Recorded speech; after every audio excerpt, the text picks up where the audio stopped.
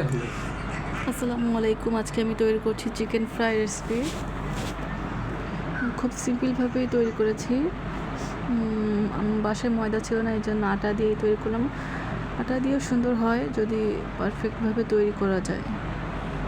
তার সাথে অনেকটা কর্নফ্লাওয়ার দিয়েছি যাতে করে টেক্সচারটা বেশি সুন্দর করে হয়। মাংসগুলোকে প্রথমে আমি দুধ, লেবুর রস, ডিম, গোলমরিচের গুঁড়া, জিরার গুঁড়া, মরিচ গুঁড়া, ধনিয়া গুঁড়া দিয়ে আধা ঘন্টা ধরে ম্যারিনেট করে রেখেছিলাম। এরপরে উঠিয়ে এই যে দেখুন, এই আমি আটাটা রেডি করেছি। হচ্ছে আটা আর 3 টেবিল চামচ পরিমাণ কর্নফ্লাওয়ার, লবণ, মরিচ গুঁড়া, জিরা গুঁড়া। আর মাংসে সয়া সস অবশ্যই দিতে হবে। এরপরে তেল গরম করে আমি একটা একটা করে মাংস তেলের ভিতরে দিয়ে দিচ্ছি। একটু নেড়ে চেড়ে নিচ্ছি যে একটা প্রায় হয়ে আসছে। খুবই ক্রিস্পি হয়েছে দেখতে। সুন্দরভাবে ভেজে নিতে হবে উল্টে পাল্টে। একটু চুলার আঁচটা মিডিয়াম রেখে, একেবারে লো না, একটু মিডিয়াম রেখে ভাজতে হবে। ভাজলে ভিতরের মাংসটা সুন্দরভাবে ভাজা হবে এবং কালারও ভালো থাকবে, খেতেও স্বাদ হবে, দুটোই ভালো হবে।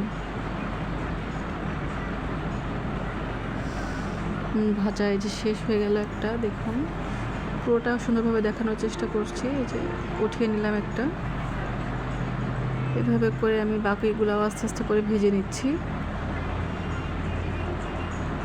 প্রথমে পানি থেকে উঠিয়ে ময়দার ভিতরে দিয়ে সেটাকে সুন্দরভাবে ঘুরিয়ে ঘুরিয়ে আবার সেটাকে পানির ভিতরে দিয়ে, আমি ওই নর্মাল পানিতে দিইনি, আমি যে পানিটাতে মানে আমার মাংসটাকে যে পানিতে ম্যারিনেট করেছিলাম সেই পানিতেই আমি ওটাকে ভিজাই নিচ্ছি, যাতে করে পানিটাও আমার কাজে লেগে যায় এবং খেতেও সুস্বাদু হয়।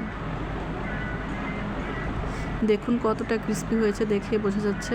এটা যে আটা দিয়ে তৈরি, এটা কখনো বোঝাই যাবে না। একটা একটা করে আমি সবগুলো ভেজে নিচ্ছি। দেখানোর চেষ্টা করলাম কীভাবে করতেছি। আবারও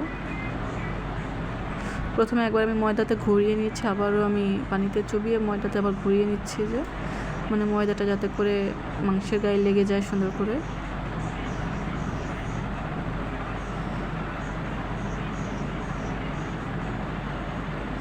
উল্টে পাল্টে নেড়ে নিতে হবে যাতে নিচে পুড়ে না যায়।